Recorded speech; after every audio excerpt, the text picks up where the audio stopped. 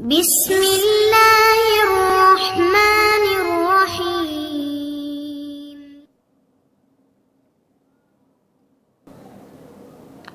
அஸ்ஸலாமு அலைக்கும் வரஹ்மத்துல்லாஹி வபரகாத்துஹு. அன்பிற்குரிய சகோதர சகோதரிகளே, நீங்களும் ஆலிம்களாகலாம் என்ற பாடத்தில் புதன் வியாழன் ஆகிய 2 நாட்கள் திருக்குர்ஆன் வசனத்தினுடைய நேரடி தமிழாக்கத்தையும் விளக்கத்தையும் பார்த்து வருகிறோம். நேற்றைய தினம் சூரத்துல் பக்ராவுடைய 258வது வசனத்தில் ஒரு பகுதி வரைக்கும் பார்த்துருக்கிறோம். எஞ்சிய பகுதியை இன்றைக்கு பார்க்குறோம். அப்போ இப்ராஹிம் அலைஹிஸ்ஸலாம் அவர்கள் ஒரு மன்னர்கிட்ட போய் தாவா செய்கிறாங்க. அப்போ ஒரு காலத்தில் ஒரு ராஜா இருந்திருக்கிறார். அந்த ராஜாவிடத்தில் போய் என்ன செய்கிறார்? மன்னர்கிட்ட போய் பிரச்சாரம் பண்ணுறார். இறைவனை பற்றி எடுத்து சொல்கிறார். என்ன போவோம், இறைவன்டா யார்? அவர் என்ன செய்கிறார்னா, இறைவன் உயிராக்குவான், மரணிக்க செய்வான், அந்த ஒரு ஆற்றல் உள்ளவன் தான் இறைவன் அப்படின்னு சொன்னோன்னா இவன் என்ன செய்கிறான்னு கேட்டால், நான் அதை செய்வேன் அப்படிங்கிறான். அப்போ இவன் விளங்காத்தன்மை விளங்கிட்டு அடுத்த ஒரு கேள்வி கேட்குறாரு. அதை தான் இன்றைக்கி பார்க்குறோம். கால இப்ராஹிம் சொன்னார்கள், ஃபோ இன்னல்லாஹ யஅத்தி, அத்தாண்டா வந்தாண்ட அர்த்தம், யஅத்தின்னா வருவாண்ட அர்த்தம்.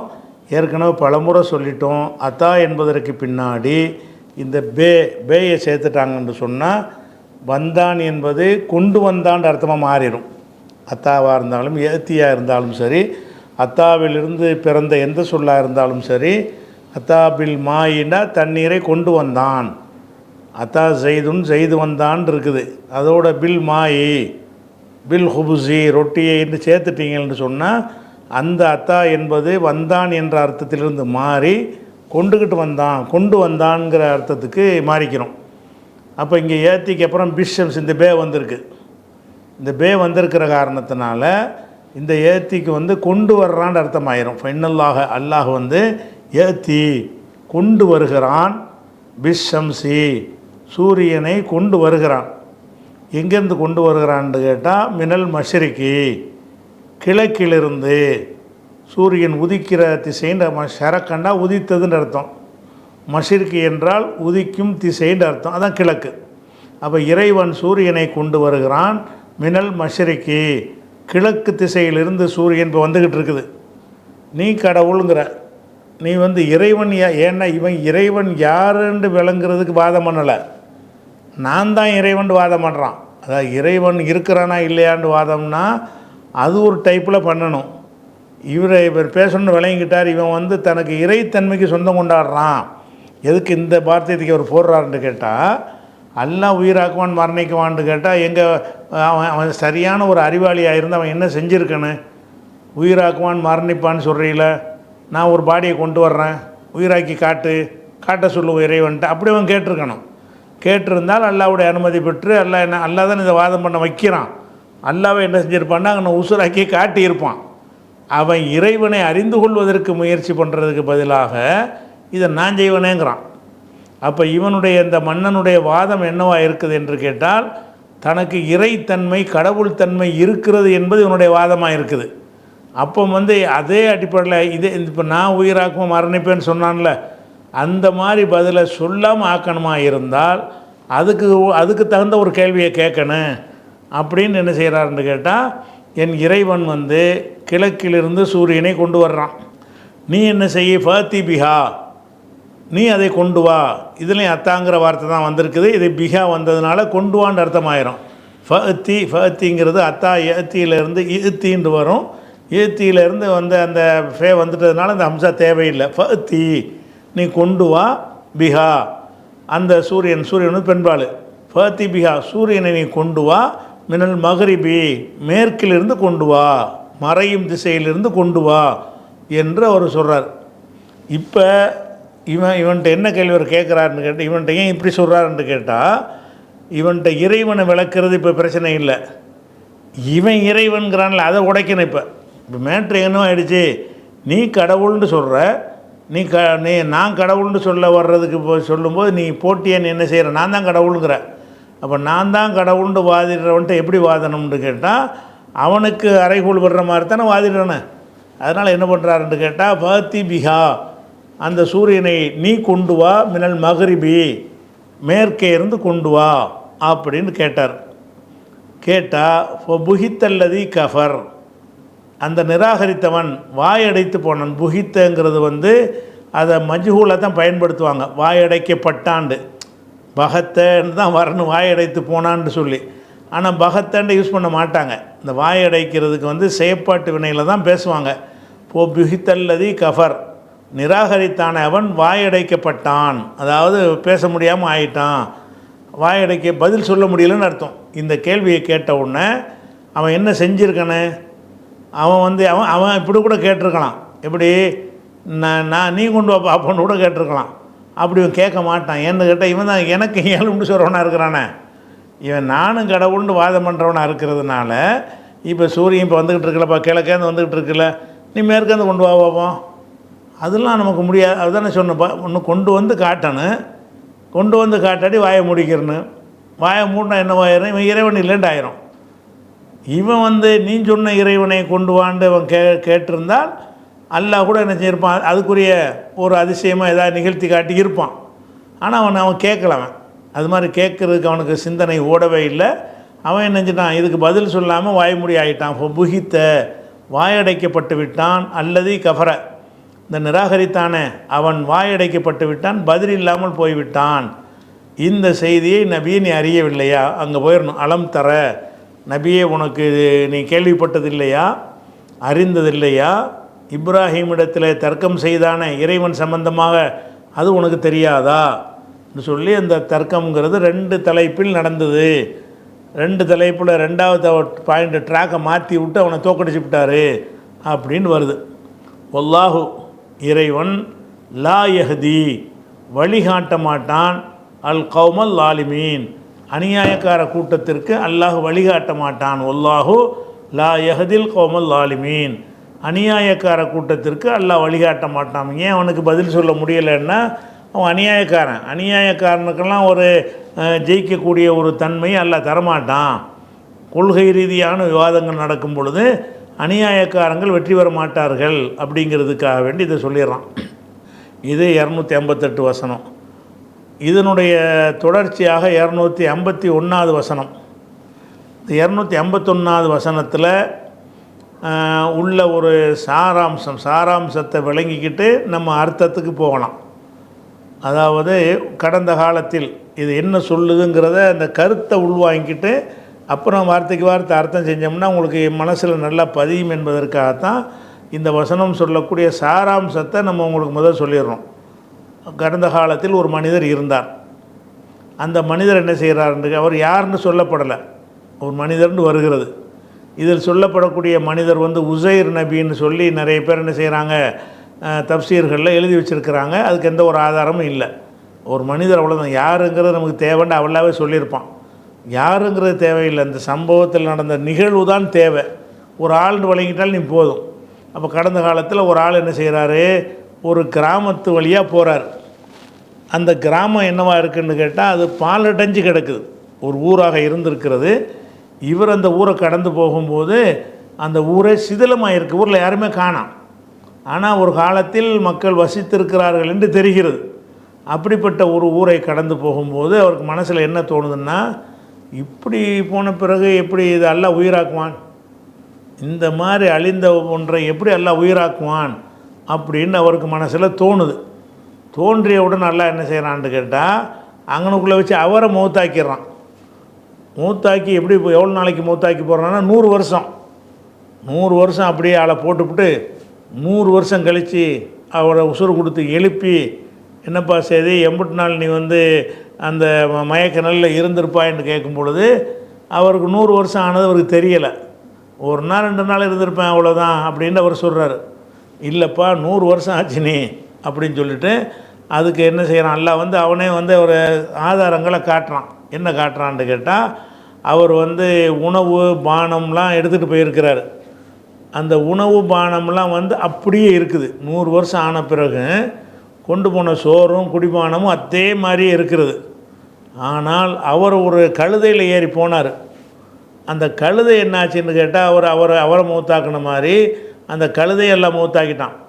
கழுதையை மூத்தாக்கின பிறகு இவரை மட்டும் உசுரோடு கொடுத்து எழுப்பி பார்த்தோம்னா அந்த கழுதை அப்படி செத்து கிடந்து மக்கி மண்ணோட மண்ணாக போய் கடைசியில் எலும்பு தான் கிடக்குது, எலும்பாக கிடக்குது. இதான்ப்பா நீ ஏறி வந்த கழுதை நேத்தப்படுத்த நேத்தான் தூங்குனிய இப்படி ஆகிருக்குமா? அப்போ நான் நினச்சேன்னு சொன்னால் ஒரு இடத்துல வந்து சுத்தமாக கம்ப்ளீட்டாக கெட்டு போகிற மாதிரி ஆக்கிடுவேன். இன்னொரு இடத்துல வந்து ஒரு ஏர் கண்டிஷன் மாதிரி ஆக்கி என்ன செய்வேன், நீ கொண்டு வந்த சாப்பாடு அப்படியே இருக்குது பாரு, நீ கொண்டு வந்த சாப்பாடு அப்படியே இருக்குது, நீ ஏறி வந்த கழுதையை பாரு அப்படி இல்லை, 100 வருஷத்தில் என்ன மாறணுமோ அதெல்லாம் மாறி போச்சு அப்படின்னு சொல்லிட்டு, இப்போ பாரு நான் எப்படி உயிராக்குவேன்னு தானே கேட்டேன். இப்போ பாரு இந்த எலும்புகளாக இருக்கிற அந்த கழுதையை உன் முன்னாடி உயிராகி காட்டுறேன் அப்படின்னு சொல்லிவிட்டு அந்த கழுதையெல்லாம் என்ன செய்கிறான்னு கேட்டால் உயிராக்கி காட்டுறான். அவருக்கு முன்னாடி உயிராகுது. அப்போ என்ன செய்கிறார், இறைவா உனக்கு எல்லாமே உனக்கு சக்தி இருக்குன்னு நான் விளங்கிக்கிட்டேன், நான் தப்பாக நினச்சிட்டேன்னு அவர் சொல்வார். இதுதான் அந்த சம்பவத்தினுடைய விஷயம். அதை அல்லாஹ் சொல்கிறான். அந்த வசனத்தை பார்ப்போமா, அர்த்தத்தை பார்ப்போம். அல்லது கல்லதி மர்ற கடந்து சென்றாரே அவரை போல. எங்கே கடந்து சென்றாரே? அலா காரியத்தின் ஒரு கிராமத்தை கடந்து சென்றாரே அவரை போல ஒரு செய்தி அலம் தரண்டு முதல்ல எல்லாம் கேட்டான்ல, இப்ராஹிம் நபியுடைய சம்பவத்தை நீ அறியவில்லையாண்டு. அதே மாதிரி அடுத்த சம்பவமாக சொல்கிறான், அல்லது கடந்து போனாரே அவரை பற்றி நீ அறியவில்லையாண்டு அங்கே கொண்டே வச்சுக்கிறணும். அலம் தர கல்லதி மர்ற அலா கரியத்தின், ஒரு கிராமத்தை கடந்து சென்றாரே அந்த செய்தி உனக்கு தெரியாதான்னா கேட்டு விசாரித்து விளங்கியிருக்கவில்லையாங்கிறது கேட்குறான். அப்போ கல்லதி மர்ற கடந்து சென்றார், அலா கரியத்தின் ஒரு அல்லதின்னு தானே வருது, ஆள் பேர்லாம் வரல, ஒரு கிராமத்தை கடந்து சென்றாரேன்னு அப்படி வருது. அப்போ இவர் யாருங்கிறதே வந்து அல்லாஹ் வந்து நமக்கு சொல்லலை, ஹதீஸ்லையும் சொல்லலை. இவங்க சில தஃப்சீரில் உள்ளவங்க தான் என்ன செய்கிறாங்க, அவர் உசைர் நபின்னு இவங்களா சொல்கிறாங்க. சரி, ஒரு கிராமத்தை கடந்து சென்றார். ஒஹிய அந்த கிராமம் ஹாவியத்துன் அது வந்து வீழ்ந்து கிடக்கிறது, அலா உருஷிஹா அதனுடைய கால்கள் மீது வீழ்ந்து கிடக்கிறது, தலகுப்புற விழுந்து கிடக்குன்னு சொல்வதற்கு இந்த வார்த்தையை போடுவாங்க. ஒஹிய ஹாவியத்துன் அலா உருஷிஹா அது வந்து தலை குப்புற வீழ்ந்து அந்த ஊரை வந்து எல்லாம் தலைகீழ பிறண்டு கிடக்கிறது. கால அவர் சொல்லுகிறார், அண்ணா யுஹி, அண்ணாண்டா கைஃபங்க ஏற்கனவே சொல்லியிருக்கிறோம், கைஃபன்ற அர்த்தங்கிறது. அண்ணாண்டா எப்படி, யுஹி ஹாதிஹி இதனை அல்லாஹ் உயிர்ப்பிப்பான், இந்த அழிஞ்சி போன இந்த கிராமத்தை எப்படி அல்லாஹ் உயிர்ப்பிப்பான், ஹாதிஹி அல்லாஹ் வந்து இதை எப்படி உயிர்ப்பிப்பான், பஅத மௌத்திஹா இந்த ஊர் செத்ததற்கு பிறகு, அது அழிந்த பிறகு. ஊர் சாவாசையும் மனுஷன் தான் சாவுவான், உயிரினங்கள் தான் சாவும், ஊர்லாம் சாவாது, அழிவுன்னு அர்த்தம். பஅத மௌத்திஹா இந்த ஊர் அழிந்ததற்கு பிறகு இந்த உயிரை அந்த ஊரை எப்படி அல்லாஹ் வந்து உயிராக்குவான் பாருங்கள். இந்த சம்பவமும் அந்த முந்தின சம்பவமும் ஏறக்குறைய இறந்தவர்களை உயிர்ப்பிக்கிறது வைத்து இறை தன்மையை சொல்லக்கூடிய வசனங்கள் தான். இப்ராஹிம் நபியுடைய விஷயத்தில் என்ன வருதுன்னு கேட்டால், அவருக்கு என்ன இறைவனை பற்றி பேசும்போது என்னென்ன அறிமுகப்படுத்துகிறாரு, அவன் வந்து நினச்சா உயிராக்குவான், நினச்சா மரணிக்க செய்வான்னு சொன்னார்ல. அதுவும் இறந்தவர்களை உயிர்ப்பிப்பது என்பது அல்லாஹ்வுடைய ஒரு சிவத்து என்று சொல்லி தான் இப்ராஹிம் நபி ஆர்கியூமெண்ட் பண்ணாங்க. இதுலேயும் அதே மாதிரி தான் வருது. இவர் நினைக்கிறாரு அதே உயிராக்குற விஷயந்தான், அதை செயல் வடிவம் கொடுத்து அல்லாஹ் காட்ட போகிறான். அப்போ அவர் கேட்குறாரு, அண்ணா யுஹி எப்படி உயிராக்குமான், ஹாதிஹின்னா இந்த கரியத்துன்னு சொன்னச்சில அந்த இந்த ஊரை எப்படி ஹயாத்தாக்குவான், அல்லாஹ் வந்து எப்படி ஹயாத்தாக்குவான், பஅத மௌத்திஹா இந்த ஊர் வந்து அழிந்ததற்கு பிறகு எப்படி உயிராக்குவான் என்று அவர் சொன்னார்னா வாய்க்குள்ளே சொல்லியிருப்பார். அவர் ஒரு ஆள் தானே இருக்கிறாரு, மனசில் நினச்சிருப்பார். சொன்ன உடனே அமாத்தஹு அவரை மரணிக்க செய்தான். மாத்தண்டா செத்தான், அமாத்தன்னா சாவடித்தான், அதாவது அடுத்த ஆளுகளை மரணிக்க செய்வது. அஃபால வசனம் அமாத்தஹு அவரை வந்து அல்லாஹு அவரை மரணிக்க செய்து விட்டான். மிஅத்த ஆமின் 100 வருஷங்கள் 100 வருஷம் நினைச்சிட்டான்ல, அவரை வந்து அந்த மூத்தான நிலையிலேயே எல்லாம் போட்டு வச்சுட்டான். மிஅத்த ஆமின் 100 வருஷம் மூத்தான நிலையில் எல்லாம் ஆக்கி வச்சுக்கிட்டான். அப்போ வந்து அவரை எப்படி எல்லாம் ஹயாத்தாக்குவான்றவன்னு ரிப்ளை சொல்லாமல் செய்முறை விளக்கம் கொடுக்க எல்லாம் நாடுகிறான். அங்கனுக்குள்ளே உசுராக்கி காட்டலை. அப்படியா சொல்லிட்டு அவரை மூத்தாக்கிட்டான். மூத்தாக்கி எவ்வளோ நாள் போட்டான்? 100 வருஷம் போட்டுட்டான். சும்மா பிறகு பாசகு, அவரை உயிர் கொடுத்து எழுப்பினான். எழுப்பிய காலை கேட்டான், கம் லபிஸ்த, எவ்வளோ காலம் கழித்திருப்பாய்? இப்போ எந்திரிக்கிறிய, இதுக்கு முந்தி நீ கழித்த காலம் எவ்வளவு? கம் லபிஸ்த, எவ்வளவு நாள் கழித்திருப்பாய் அப்படின்னு நல்லா கேட்குறான். கால் அவர் சொல்லுகிறார், லபிஸ்து யௌமன், ஒரு நாள் கழித்திருப்பேன், அவ் பகல யௌமின், அல்லது ஒரு நாளின் ஒரு பகுதி கொஞ்ச நேரம் கழித்திருப்பேன் அப்படின்னு அவர் சொல்கிறார். அப்போ 100 வருஷம் கடந்து அவருக்கு தெரியலை. 100 வருஷம் கடந்து இருக்கிறது, 100 வருஷம் நம்ம கடந்து இந்த மாதிரி இருந்திருக்கோன்னு அவருக்கு தெரியலை. என்னமோ நேற்று படுத்த மாதிரி அவர் நினைக்கிறார் காலை. அப்போ அல்லாஹ் சொல்கிறான், இல்லை பல், மாறாக நீ சொல்கிற தப்பு. லபிஸ்த மேத்த ஆமின், 100 வருஷத்தை கழித்திருக்கிறாய், 100 வருஷம் கழித்து இப்போ நீ எந்திரிச்சிருக்கிறாய் அப்படின்னு சொல்லிவிட்டு அதுக்கு அல்லாஹ் அவருக்கே ஏற்றுக்கொள்ளக்கூடிய ஒரு ஆதாரத்தை காட்டுறான். என்ன காட்டுறான்? ஃபந்தூர், கவனித்துப்பார், இலா தாமிக்க, உனது உணவு, நீ கொண்டு வந்த உணவு இருக்குல்ல அந்த உணவை பாரு. ஓ ஷராபிக்க, நீ கொண்டு வந்த குடிபானத்தை பாரு. லம்யத்தை சன்னகு, அது கெட்டு போகலை. 100 வருஷமாக அந்த இடத்துல எல்லாம் என்ன செய்கிறான்னா ஒரு ஃப்ரீசர் மாதிரி ஒரு செட்டப்பை ஏற்படுத்தி அப்படியே வச்சு காப்பாற்றுறான். உணவு அப்படியே இருக்குது. இவர் 100 வருஷம் மூத்தா போயிட்டார், இவர் பாடிக்கும் ஒன்றும் ஆகலை, அதே உசுறு தான் போயிருக்குது. இவர் வச்சுருந்த உணவை பார்த்தோம்னு சொன்னால் அது கொண்டு வந்த மாதிரி அப்படியே இருக்கிறது. ஃபந்துர் இலா தாமிக்க ஒரு ஷராபிக்க, உனது உணவையும் குடிபானத்தையும் பார். லம்யத்தை சன்னகு, அது கெட்டு போகலை, அப்படியே இருக்குது. அதே நேரத்தில் ஒந்தூர், நீ பார், இல்லை ஹிமாரிக்க, உன்னுடைய கழுதையை பார் அப்படின்னு சொல்லிட்டு எல்லாம் என்ன செய்கிறான், கழுதையை பார்க்க சொல்கிறான். கழுதையை பார்த்தா என்ன நடக்குதுன்னு கேட்டால் அது சொல்லலை, கழுதையை பாருன்ட்டான். கழுதை எப்படி இருந்துச்சிங்கிறத பின்னாடி உள்ளதில் வழங்க ஒளி நஜ் அலக்க, உன்னை நாம் ஆக்குவதற்காக, ஆயத்தன் லின்னாஸ், மனிதர்களுக்கு ஒரு அத்தாட்சியை ஆக்கிறதுக்காக வேண்டி இதை நம்ம செஞ்சுருக்கிறோம். ஒன்று இலாமி, அந்த எலும்புகளை பார். அப்போ கழுதை எலும்பாக போச்சுன்னு அர்த்தம். கழுதையை பாருன்னு சொல்லிட்டான். கழுதைங்கனக்குள்ளே இல்லை, எதான் இருக்கிறது? எலும்பாக தான் கிடக்கிறது. ஒன்று இலாமி, எலும்புகளை பார். கைஃப நுன்சி ஜுஹா, அவற்றை எப்படி நாம் திரட்டுகிறோம்.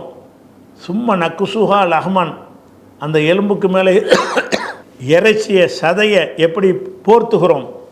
சும்மா நக்குசுன்னா ஆடை அணிவித்தல்னு அர்த்தம். அதுக்கு எப்படி இறைச்சி ஆடையை அணிவிக்கிறோம்.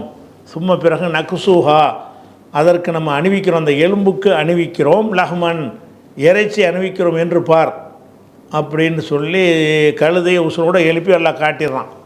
படம்மாத்த பையனழகு, அவருக்கு இது தெளிவான பொழுது காலை சொன்னார், ஆலமு, நான் அறிந்து கொள்கிறேன், அன்னல்லாஹ அலா குல்லி ஷைஇன் கதீர், அல்லாஹ் அனைத்து பொருள்கள் மீதும் ஆற்றல் உள்ளவன் என்பதை நான் இப்போ விளங்கிக்கிட்டேன்.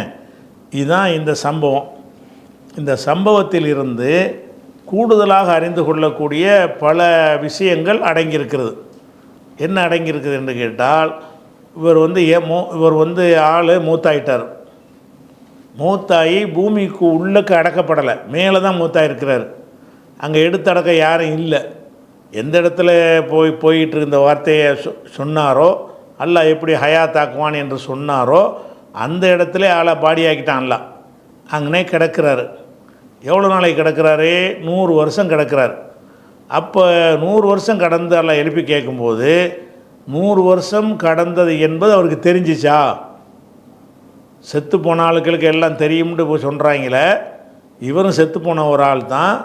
செத்து போய் பூமிக்குள்ளே அடக்கம் செய்யப்படாமல் மேல் மட்டத்தில் வேறு கிடக்கிறாரு. பூமிக்கு மேல் மட்டத்தில் அந்த பாடி கெடாமல் அப்படியே ஜனாசாவாகவே இருக்கார். அப்போ இறந்து போய் அடக்கி மண்ணோட மண்ணாக மக்கி போன ஆளுகளுக்கெல்லாம் விளங்கும்னு சொல்கிறியப்பா. இவர் செத்தார், ஆனால் என்ன இல்லை, அவர் மண்ணோட மண்ணாக போகல, மக்கி போகல, அடக்கம் படலை, மேலே தான் கிடக்கிறாரு, மேலே தான் பாடி இருக்குது. அப்படி இருக்கும் பொழுது எவ்வளோ நாள் கழித்திருப்பான்னு நல்லா கேட்டால் அவர் என்ன சொல்லியிருக்காங்க? 100 வருஷம் சொல்லணும்ல, அவர் எல்லாம் தெரிஞ்சிருக்கணுமா இல்லையா? தெரியலை. எவ்வளோ நாள்னு கேட்டால் சும்மா ஒரு நாள் இருக்கு அப்படிங்கிறார். அப்போ இறந்த பிறகு ஒன்றும் தெரியாது.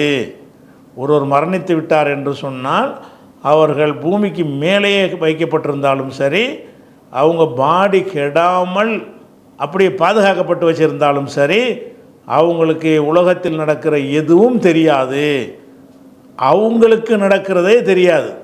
அவர் எப்போ மூத்தானாருங்கிறது தெரியலை.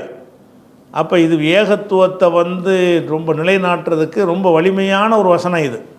இந்த செத்து போன ஆட்களை கொண்டாடுறாங்கல்ல, அவங்களுக்கெல்லாம் ஏண்டா ஒரு மனிதரை பற்றி அல்ல ஒரு நல்ல மனிதர்னு வேறு விளங்குது. நல்ல மனிதருக்கு தானே இப்படி எல்லாம் உரையாடி இந்த மாதிரி அதிசயங்கள்லாம் செஞ்சு காட்டுவான்.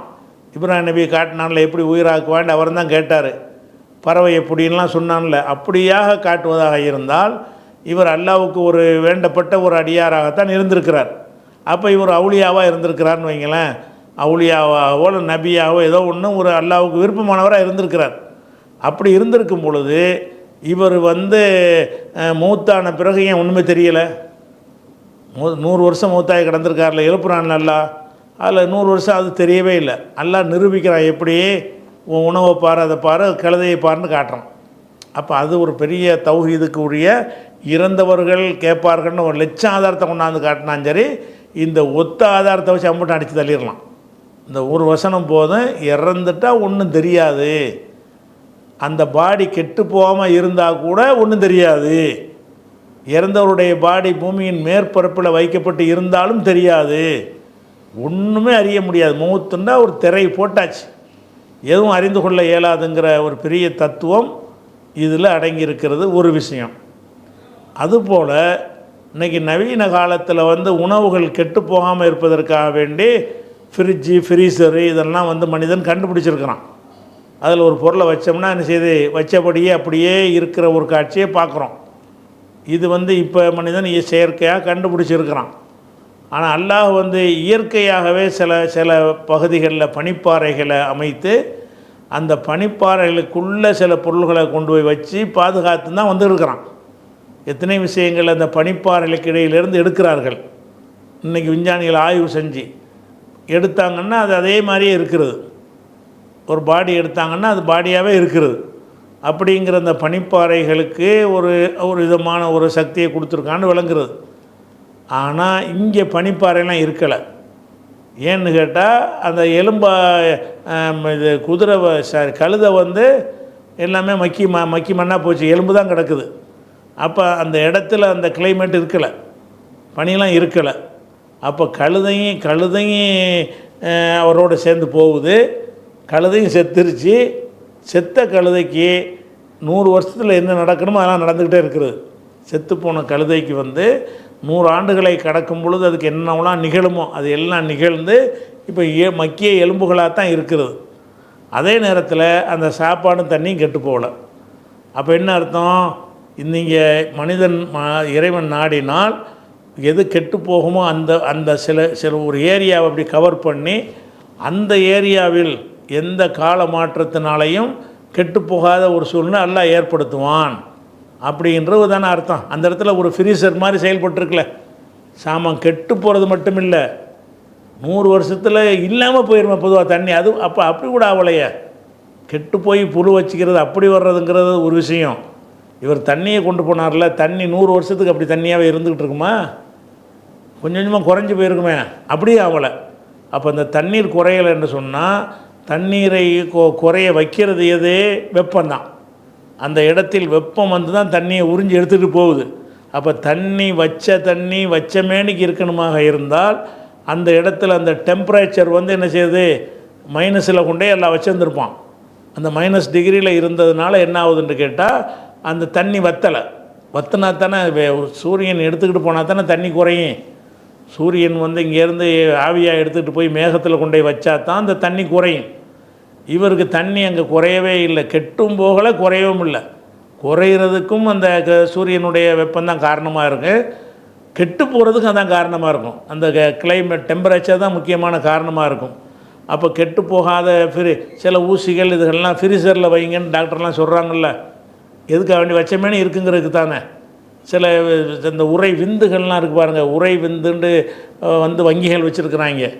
அதில் மாடுகளுக்கெல்லாம் சினை போடுவதற்காக என்ன செய்வான், ஆண் மாட்டிலிருந்து எடுக்கப்பட்ட அந்த விந்துகளை பாதுகாத்து வைக்கிறான். எங்கே கொண்டு பாதுகாத்து வைக்கிறான்? ஃப்ரீசர்லான்னு வைக்கிறான். அந்த ஃப்ரீசருக்குள்ளே இருக்கும்போது அது உசுரோடவும் இருந்துக்கிட்டு இருக்க. ஃப்ரீசரில் அப்படி இறுகி போனாலும் அதை தேவைக்கு ஒரு பசுமாட்டுக்கு அதை பயன்படுத்த நினச்சான்னு சொன்னால் அதை எடுத்து அந்த ஃப்ரீசர்லேருந்து அந்த குளிரை குறைச்சி செஞ்சிட்டான்னு சொன்னால் என்ன செஞ்சிடலாம், அதை ஒரு மாட்டுக்கு ஏற்றினான்னு சொன்னால் அது குழந்தை கரு உண்டாயிடுது. மனுஷனையும் அப்படி பண்ணுகிறான், உறை விந்து மூலமாக அதெல்லாம் பண்ணுகிறாங்க. அப்போ இந்த அதிகமான குளிரை ஏற்படுத்தும் பொழுது கெட்டு போகாமல் வச்சபடி இருக்கக்கூடிய ஒரு தன்மை இப்போ மனுஷன் கண்டுபிடிச்சிருக்கிறான்ல. இதெல்லாம் கண்டுபிடிங்கிறான்னு சொல்வதற்கு கூட அல்ல அதை செஞ்சுருக்கலாம். இப்படி ஒரு தொழில்நுட்பம் இருக்கிறது. ஒரு குறிப்பிட்ட ஒரு இடத்துல உள்ளது மக்கி போயிடும், ஒரு இடத்துல உள்ள மக்காமல் ஆக்க முடியும். அப்படின்னு என்ன அர்த்தம், அந்த டெம்பரேச்சர் சூரியனுடைய தாக்கத்தை ஒரு இடத்துக்கு வராமல் தடுத்து அதே டெம்பரேச்சரில் வைத்து அதை என்ன செய்ய முடியும், கெட்டு போகாமலும் வற்றி போகாமலும் குறைந்து போகாமலும் அப்படியே பாதுகாக்க முடியும். அப்படிங்கிறத என்ன செய்கிறது, அவர் என்ன சாப்பாடு அப்படி பார்ப்பாவும் சாப்பாடு அப்படி இருக்குது பார்த்தியா. நான் எப்படிப்பட்டவன் என்று கேட்டால் ஒரு இடத்துலையே 3 வேலையை செய்கிறேங்கிறான்ல. என்ன செய்கிறான், கழுதையே மக்கி போக வைக்கிறான். அதே கிளைமேட்டில் இருக்கிற இவருடைய பாடி மக்கி போகலை. அந்த பாடி மட்டும் என்ன, ஆள் செத்து போயிட்டார், பாடி மக்கி போகலை. அப்படின்னா அங்கேயும் ஒரு ஃப்ரீசருங்கிற ஒரு நிலையை எல்லாம் என்ன செஞ்சுருக்கிறான், ஏற்படுத்தி இருக்கிறான். உணவில் என்ன செய்கிறான்னு கேட்டால் அதில் ஒரு விதமான செட்டிங் பண்ணி அதனுடைய அளவு குறையவும் இல்லை, அதனுடைய உணவுடைய தன்மை கெட்டுப்போகவும் இல்லைங்கிற மாதிரி பாதுகாத்து வச்சுருக்கிறான். 3ஐயும் செஞ்சுட்டு என்ன செய்யறான் பற்றி நான் யாருன்னு பார்த்தியா. இப்போ பாரு, இப்போ அதுலேயே எல்லாம் தன்னையை காட்டிட்டான். அதுலேயே ஒரு இடத்துலையே 3 விதமான ஒரு கிளைமேட்டுகளை ஏற்படுத்தி அந்த 3 விதமான வகையில் அந்த பொருள்களை பாதுகாத்து இருக்கும் பொழுது அதிலேயே இறைவன் இருக்கிறான் என்று நம்ம அறிந்து கொள்ள இயலும். ஆனால் அல்லாஹ் என்ன செய்கிறான்னு கேட்டால், இவர் நினச்சதுக்காக வேண்டி இவர் கண்ணு முன்னாடி அந்த கழுதையை உசுறு கொடுத்து காட்டுறான். இந்த பாரு, கழுதை எலும்பு கிடக்குதா, பார்த்துக்கிட்டே அந்த எலும்பு தன்னால் ஒன்று சேரும். அந்த உதிரியாக கிடந்த எலும்புகள் தன்னால் ஒன்றோட ஒன்று சேரும். எலும்பு மட்டும் சேர்ந்தால் உயிர் வருமா, வராது. எலும்பு சேர்ந்த பிறகு அதில் இறைச்சியை கொண்டாந்து நான் போத்துறேங்கிறான்ல. நீ பார்த்துக்கிட்டே இந்த எலும்புக்கு மேலே சதையெல்லாம் அப்படி வேணும், இப்படி சதைகள்லாம் கொடுக்கப்பட்டு வடிவமாகும். கடைசியில் இந்த கழுதுடைய வடிவம் வந்துடும். கடைசியில் எந்திரிச்சு நின்றும் போகிறது கண்ணால் பார்க்குறாரு முட்டை. இவர் கண் முன்னாடியே செயல்முறை விளக்கமாக எலும்பு எப்படி சேர்ந்து அது உருவத்தை பெற்று எப்படி உசுராக ஆகிறது அவ்வளவையும் செய்முறை விளக்கமாக கண்ணாலே பார்க்குறாரு. அவர் கண்ணு முன்னாடியே அந்த கழுதை எந்திரிச்சவனா என்ன செய்கிறாரு, ஆக என்னடா இப்படிப்பட்ட இறைவன் நம்ம போய்கிட்டு எப்படி உயிராக்குவான்னு நினச்சோமே, இந்த தான் உயிராக்கிட்டானே அப்படின்னு சொல்லி அல்லாஹ்வுடைய வல்லமை அவர் விளங்கி கொண்டார் என்று இந்த வசனம் முடிகிறது. அதனால் அந்த இறைவன் நினச்சதை செய்வான். நம்ப முடியலன்னு நீங்கள் சொல்கிற விஷயத்தை கூட அல்லாஹ் நிகழ்த்தி காட்டுவான். இதுதான் நடக்கும்னு நீங்கள் ஒரு கணக்கு போடுவீங்க. அல்லாஹ் நாடினால் எது நடக்கும் என்று நீங்கள் நினைக்கிறீங்களோ அதை மாற்றுவான். இப்ராஹிம் நபியை நெருப்பில் போட்டு ஒன்றும் செய்யலையில், நெருப்பில் தூக்கி போட்டால் நெருப்புடைய வேலையை செய்யணுமா இல்லையா. அங்கேயும் டெம்பரேச்சரை கம்மி பண்ணி விட்றான்ல அல்லாஹ். போட்டதும் அந்த நெருப்பு, அதை நெருப்பை ஜில்லுண்டாக்கி விட்றானே. அந்த அவர் பக்கத்தில் உள்ள நெருப்பு மட்டும் என்ன செய்யலை, அவரை தீண்டவில்லை. அந்த இடம் பூராமே குளிராக ஆயிடுச்சுன்னு அல்லாஹ் சொல்கிறான். நெருப்புக்குள்ளே குளிர். அப்போ அதெல்லாம் அல்லாஹ்வுக்கு செய்ய முடியும்னு காட்டுறது ஒரு வல்லமையாகத்தான் இந்த ஒரு வசனம் இருக்கிறது. ஃபலம்மா தபையன் லஹு, அவருக்கு தெளிவான பொழுது கால சொன்னார், ஆலமு, நான் அறிந்து கொள்கிறேன், அன்னல்லாஹ் அலா குல்லி ஷைஇன் கதீர், அல்லாஹ் அனைத்து பொருள்கள் மீதும் சக்தி உள்ளவன் என்பதை நான் இப்போ விளங்கி கொண்டேன் அப்படின்ட்டு 259வது வசனத்தில் அல்லாஹ் சொல்லிடுறான். அடுத்து 260வது வசனம். அந்த வசனமும் அந்த உயிர்ப்பிக்கிறது சம்மந்தப்பட்ட ஒரு விஷயந்தான். அதை இன்ஷா அல்லாஹ் நம்ம என்ன செய்வோம், அடுத்த வாரத்தில் பார்ப்போம். அஸ்ஸலாமு அலைக்கும்.